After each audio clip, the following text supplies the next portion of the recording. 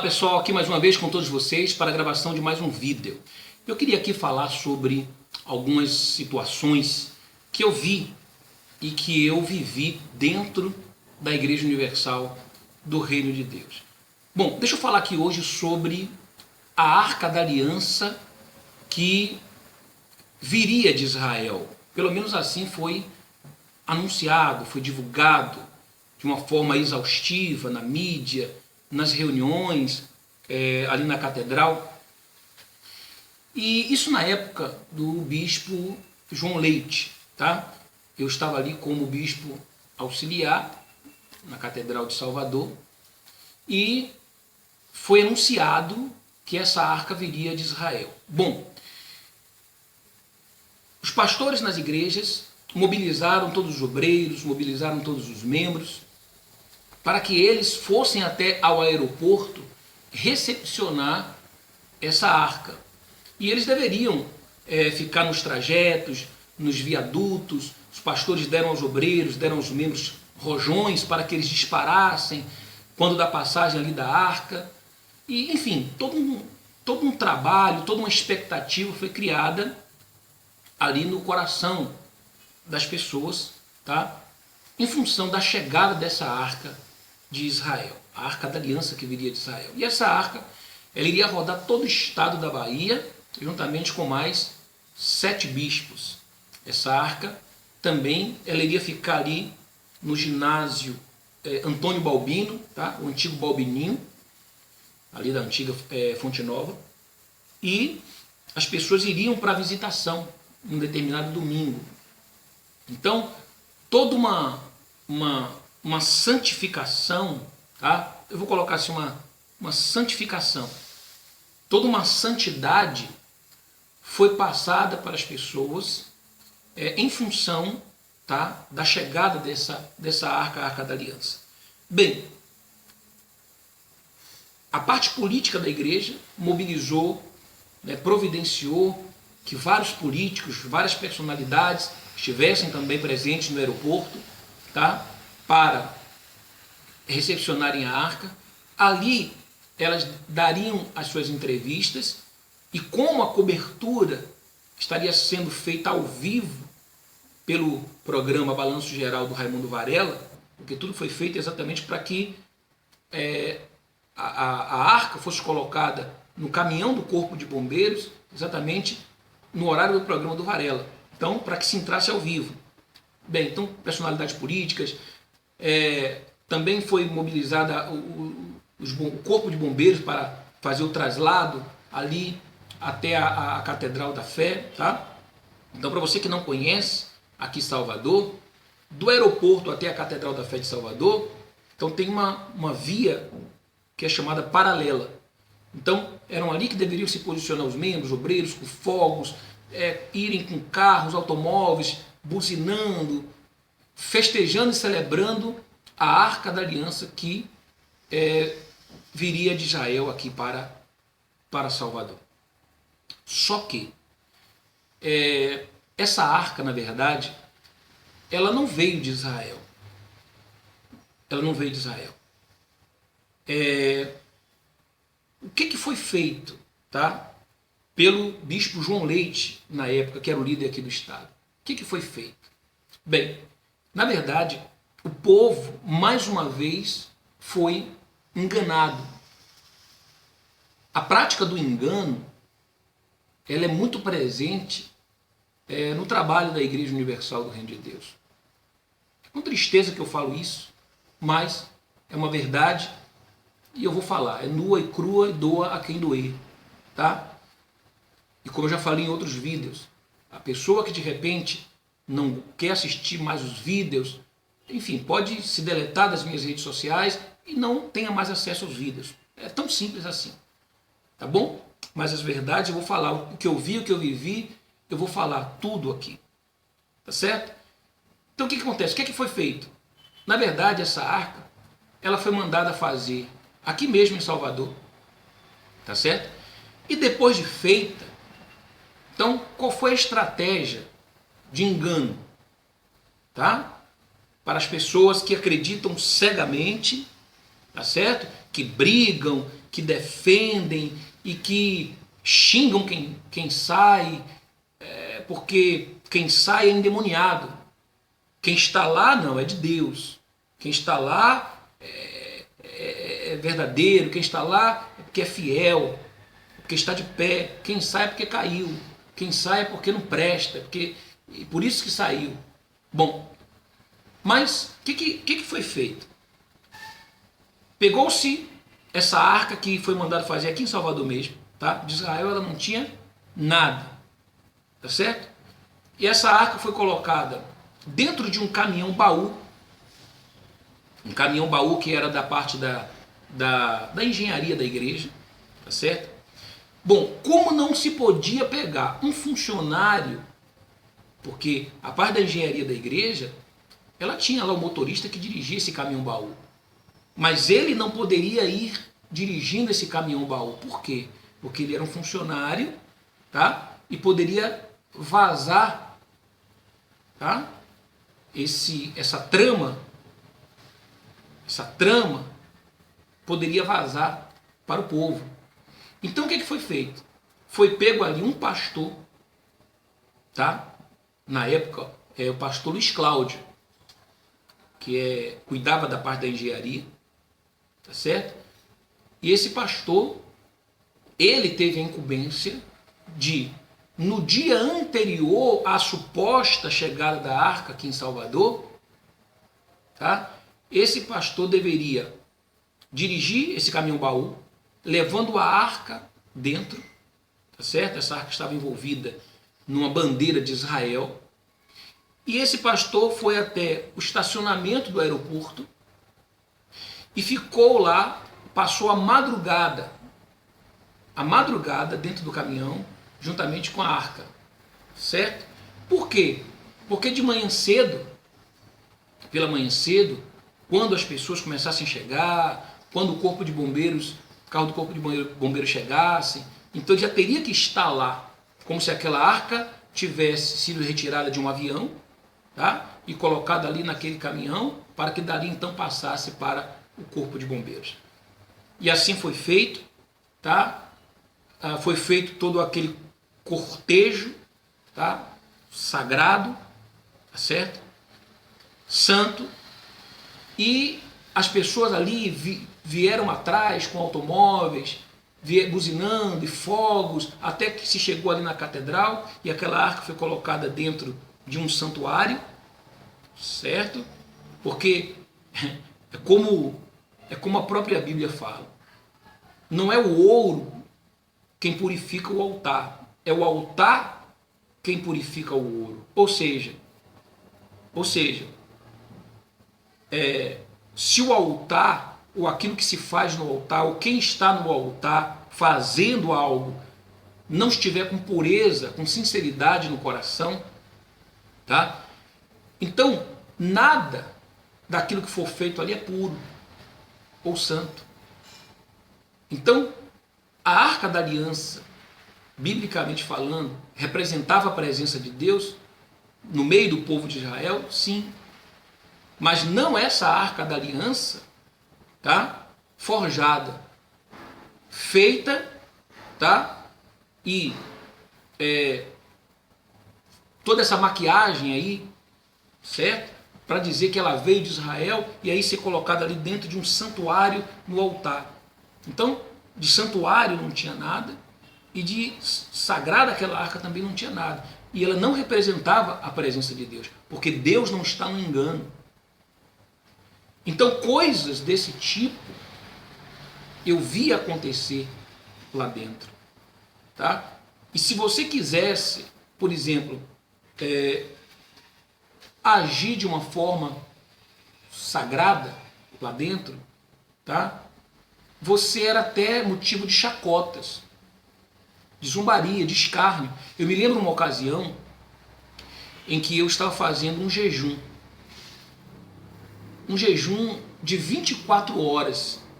Esse jejum que eu fiz foi um jejum de 24 horas. Então eu sempre fazia ali, pelas pessoas que participavam das reuniões dos 318 na segunda-feira comigo, a reunião de empresários, Eu fazia alguns jejuns até um tanto quanto que radicais. Por exemplo, eu já fiz 24 horas de jejum em cima do altar, sem descer para nada, nem para ir ao banheiro, certo? Eu já fiz jejum de uma semana, só com uma garrafa de pão, uma garrafa de água e um pão caseiro, tá? Eu me lembro como se fosse hoje, foi o jejum do deserto. Ou seja, era como se eu estivesse aquela semana no deserto, passando por um deserto. Então eu só tinha aquela garrafa de água e só tinha aquele pão para administrar durante uma semana. Então aquela foi a minha alimentação durante uma semana. Aquela água e aquele pão. Se terminasse assim, a exemplo do que acontece no deserto, não teria outra. Eu não poderia, de acordo com o meu propósito, isso ninguém mandou eu fazer. Foi uma inspiração que Deus me deu e eu fiz. Tá? Peguei ali uma obreira, mandei fazer o pão, enfim, e fiz o meu jejum. Bom, então eu sempre fazia alguns jejuns em prol do povo das minhas reuniões. E eu me lembro que eu fiz um jejum de 24 horas. E eu lembro de um determinado episódio em que eu entrei no escritório, tá? Nessa época era o bispo Sidney Marques, tá? Aqui em Salvador também. E ele estava dentro do escritório. Estava ali dentro do escritório. Nessa ocasião estava ele e estava o bispo Francisco, tá? Dentro do escritório. Então eu entrei. E quando eu entrei, era a hora do almoço e tinha lá a mesa posta, tá? Ali, que era preparada diariamente, que era a mesa do nosso almoço. Quando eu entrei, eles estavam ali almoçando e tal. E aí o bispo Sidney olhou para mim e falou assim: vamos almoçar, Natan. Só que ele sabia que eu estava em jejum. Ele sabia que eu estava em jejum. E ele falou assim: vamos almoçar, Natan. E eu falei: não, bispo, eu não vou almoçar não. Tô tranquilo, não vou almoçar não. E aí ele começou a questionar: mas por que você não quer almoçar? Eu falei: não, bispo, hoje eu não vou almoçar não. Porque quando você está fazendo jejum, você deve evitar ficar falando o que está fazendo, sabe? É mais você e Deus e o povo que está ali participando daquele propósito. Então isso não deve ser anunciado, divulgado, falado. Aí ele insistiu: não, senta aqui, rapaz, come aqui. E eu falei: olha, bispo, eu não quero almoçar porque eu estou fazendo um propósito, tá? Em jejum pelo povo da reunião dos 318, por isso eu não vou almoçar hoje não, para Deus abençoar o povo. Aí ele olhou para mim e falou assim: vem cá, você está querendo dizer o que com isso para mim? Que o povo das minhas reuniões não vão ser abençoados não? Porque eu não estou fazendo jejum, porque eu estou comendo? Só o povo da sua reunião é quem vai ser abençoado?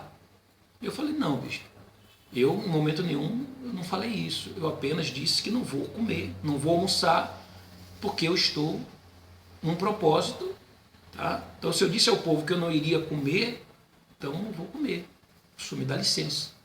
E me retirei, virei as costas para ele e me retirei. E quando eu estava no corredor, saí do escritório, estava no corredor, então o bispo Francisco foi lá correndo me chamar, falou: o bispo está me chamando. E aí eu voltei, tá? Em obediência, voltei. Minha vontade era não voltar, tá? Mas voltei. E foi quando ele falou assim: ficou chateado comigo, Natan? Não, bicho, de forma nenhuma. E aí ele falou assim: ah, tá bom, tudo bem então, pode ir. E eu me retirei dali. Então, situações como essa, até de escárnio, de zombaria, de chacota, eu vivenciei porque eu queria cumprir aquilo que eu estava prometendo ao povo, certo? E um detalhe aqui, tá? Eu não quero aqui dizer, em hipótese alguma, que eu sou santo, que eu sou perfeito, que eu fazia tudo correto. Não. Eu sempre tive minhas falhas, sempre tive meus defeitos, como os tenho até hoje, e não são poucos, são muitos. Então não estou falando aqui na condição de perfeito, não. Tá bom? Que fique bem claro isso. Tá? Eu tenho muitos defeitos. Se você conviver comigo, você vai ver muitos defeitos que eu tenho. Tá certo? Agora, é o que eu sempre falo. Em relação a essas coisas de Deus, então para mim, sempre que foi sagrado, que é sagrado, tem que ser tratado como sagrado. E não como algo que é profano. Então esses dois episódios aí, tá? Esse aí da Arca da Aliança e esse outro aí do jejum, foram situações que eu vivi, tá? Foram situações que eu vivi. Inclusive, em um dos vídeos, onde eu relato sobre um ex-pastor da igreja chamado José Lopes, que me fez uma acusação, uma falsa denúncia a meu respeito, de uma forma irresponsável, porque ele tinha raiva de mim. Tá? É triste falar isso, mas um pastor que tinha raiva de um bispo, porque esse pastor queria derrubar o outro bispo, mas achava que aquele outro bispo tinha a minha proteção, por isso tinha que me derrubar primeiro, para poder então conseguir os intentos, os maus desígnios do coração dele com outro bispo. E me fez uma acusação, tá? Mentirosa ao meu respeito. Esse mesmo pastor, José Lopes, ele, na chegada do bispo Sérgio Correia, nessa mesma época, na primeira semana da chegada do bispo Sérgio Correia, ele escreveu uma carta, tá? Denunciando. E ele escrevia essa carta, e uma das denúncias dele, na carta que ele fez, ele dizia o seguinte, que os pastores faziam a fogueira santa de Israel, tá? E diziam para o povo jejuar, jejuns como esse aí, 21 dias de jejum de Daniel, não tem jejum assim? 40 dias de jejum de fulano de tal. Então, era mandado o povo jejuar, mas os próprios pastores e bispos não jejuavam. E esse pastor fez ali, escreveu lá numa carta, né, denunciando ao bispo Sérgio, certo? Que enquanto o povo estava jejuando, então os pastores e bispos estavam no sítio reunidos, tá, fazendo churrasco, tá? E isso, infelizmente, é verdadeiro, tá? É verdadeiro. E quando não era no sítio da igreja, eram nas melhores churrascarias, Sal e Brasa, Boi Preto, na orla. Então o povo estava jejuando e eles estavam em churrascarias. Aí você pergunta para mim assim, e o senhor não participava disso? Não participava disso. Eu me recusava a participar disso. Inclusive, tem aqui um detalhe. Embora eu fosse o bispo auxiliar, tá, o imediato direto do bispo do estado, eu não era a pessoa com quem os bispos principais com os quais eu trabalhava mais saíam. Eles não saíam comigo, porque eu era considerado como se fosse, como é o termo aqui que eu posso usar? Santo, eu queria ser santo. Tá? É como se eu fosse um fanático, por não aprovar essas coisas, tá? Então é como se eu fosse um fanático. Um fanático. E aí, por exemplo, o bispo Sidney, ele não saía comigo. Ele não saía comigo. Quer dizer, eu era o segundo dele, mas ele não saía comigo. Por quê? Porque ele tinha receio de que o que ele fizesse no local para onde ele ia, eu reprovasse. Certo? Eu reprovasse. Então, tem algumas coisas como, na época, bebida. Bebida. Cerveja, o que mais? Eu lembro que uma vez assim que eu me mudei para morar na Catedral aqui de Salvador, quando eu vim, eu fui para a Feira de Santana, depois de muitos anos aqui em Salvador, na sede, eu fui para... Aliás, não, esse período foi quando eu voltei de São Paulo. Quando eu voltei de São Paulo, quem estava aqui era o bispo Clodomir Santos. Tá? O bispo Clodomir Santos. Ele havia assumido no lugar do bispo Sidney. E eu fui para São Paulo, fiquei um ano e mandaram me buscar, porque haviam destruído a reunião de segunda-feira, então mandaram me buscar de volta. Eu fiquei um ano lá e me mandaram me buscar de volta para os 318. Eu voltei. Quando eu cheguei, eu fui morar numa casa aonde o bispo Clodomir morava. Ele morava, eram duas cúpulas, tá? Eram duas cúpulas. Então, o que é que aconteceu? Quando eu cheguei ali, tinha nenhum dos foi tirar as coisas tudo, mas os móveis ficavam, não levavam os móveis. E dentro de não sei como é que chama, não vou lembrar o nome agora, tipo um armário, tá? Quando eu abri esse armário, então lá dentro tinha uma garrafa de uma cachaça, não era cerveja, era uma cachaça, certo? Onde essa cachaça ela era assim, a garrafa era dividida na metade. Então metade era um tipo de líquido, outra metade outro tipo de líquido. E quando você derramava ela, ela se misturava. Tá? Eu não sei o nome da bebida, mas era esse tipo de bebida que eu encontrei dentro desse armário, né, nessa casa que eu fui morar, da própria Catedral da Fé. Certo? Quando eu entrei na igreja, eu entrei puro, eu entrei ali santo, puro e santo eu era antes de entrar na igreja. Porque depois que eu cheguei até o posto, né, de bispo da igreja, entendeu? E às vezes eu falo assim, às vezes eu queria ter sido um eterno membro da igreja, para nunca ter tido acesso a esse tipo de coisa. E aí eu comecei a ver isso, tá? A ver isso e saber disso. E esses bispos que saíam, que bebiam, que dentro da igreja, porque o que eu acho errado é isso, é você estar no altar, tá certo? Ali pregando para as pessoas santidade, punindo até obreiros e pastores menores, vou colocar, pastores de igreja menores, porque eles beberam, porque eles fizeram uma determinada coisa, sendo que a cúpula fazia. Isso é injusto. Então, não é o que pode e o que não pode, é quem pode e quem não pode. É quem pode e quem não pode. Certo? Porque, quer dizer, então os menores não podem. Então, os obreiros, quantos obreiros foram tirados porque alguém disse, olha, fulano de tal estava tomando um vinho?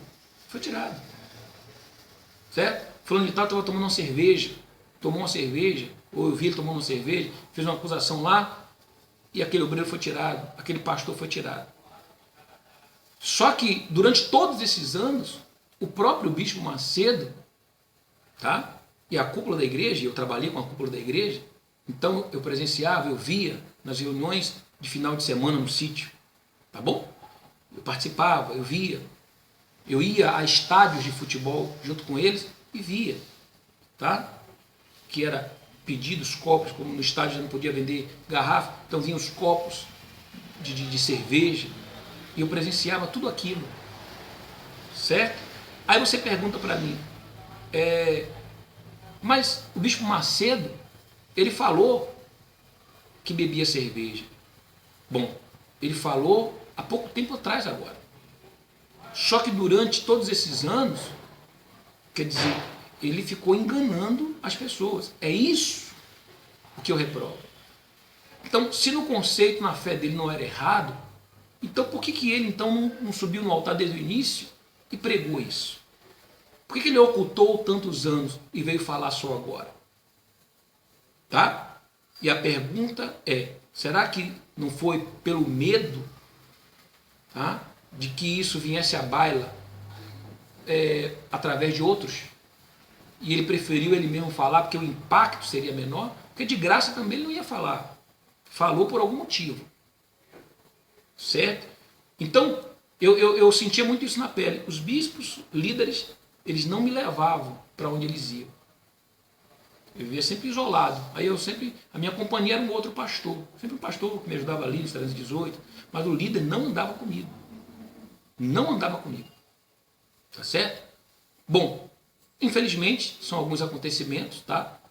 Que se dão e que muitas das vezes isso é escondido do povo. É aquilo que eu falei num outro vídeo. Aquilo que é conveniente, eles divulgam. Aquilo que não é conveniente, eles não divulgam. Eu lembro um episódio em que eu estava em Sorocaba nessa época, na igreja de Sorocaba. Eu cuidava ali da igreja de Sorocaba, tá? E eu lembro que na época tinha um sítio ali em Itu. Esse sítio ficava próximo ali. Na verdade, esse sítio não ficava tão perto, porém era caminho, tá? Caminho para uma estrada perto de Sorocaba.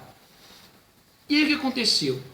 Em uma dessas idas e vindas do sítio, houve um acidente, tá? Vinha ali os comboios de carros e um desses carros estava o bispo Clodomir, tá? Um desses carros o bispo Clodomir.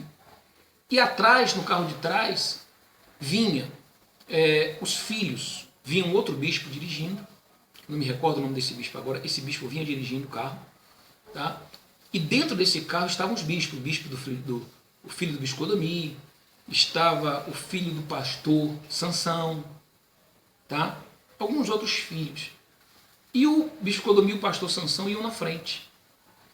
No trajeto, o carro que vinha os filhos capotou. E nesse capotamento, tá? O filho desse pastor chamado Sansão morreu, faleceu. Inclusive o nome do filho dele era Natan. Era o meu nome, tá? Tinha o mesmo nome que o meu. E houve o capotamento e o filho dele morreu, tá? E como eu estava em Sorocaba, eu fui acionado para que eu fosse lá para ajudar nos primeiros socorros, tá? Providenciasse uma área, porque um helicóptero iria vir pousar, e o corpo do menino foi levado para um, não sei como é que chama ali, necrotério, tá? Ali na cidade de Sorocaba.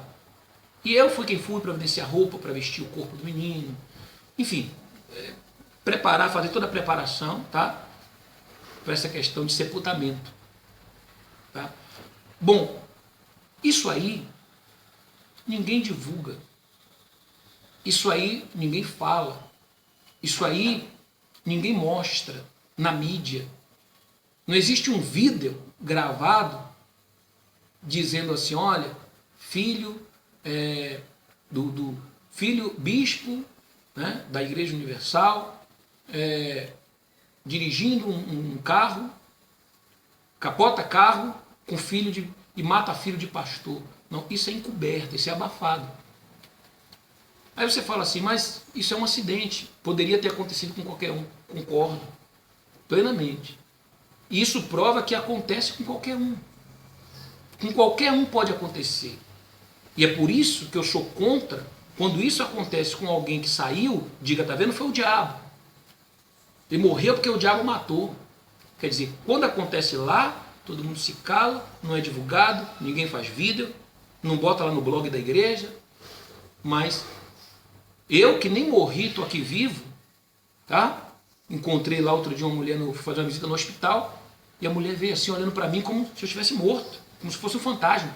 Tocou em mim e falou, é o bispo Natan. Eu falei, sou eu. Ela disse, não é possível que seja o senhor. Disseram que o senhor morreu e que o corpo do senhor foi encontrado nas ferragens do carro, que o senhor morreu de um acidente. Minha tia, que ama o senhor, chorou um mês sem parar, inconsolavelmente. Eu falei, não, querido, eu estou aqui vivo. Não sou mais bispo da igreja hoje. Saí, me desliguei, mas estou vivo, não morri não. Então, quer dizer, eu que estava vivo, me mataram.